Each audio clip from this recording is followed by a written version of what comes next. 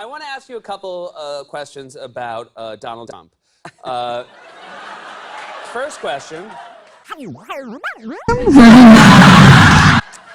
know, I have to say, Seth, I think he's funny.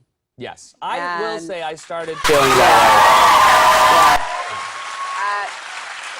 way. You know, I think for weeks he has gone way over the line. And what he's saying now is not only shameful and wrong, it's funny.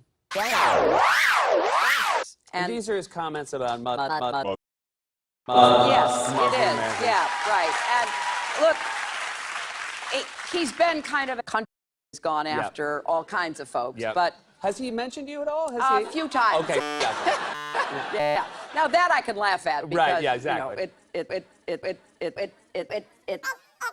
It's about me. You're in good company with I'm the in world. Good company.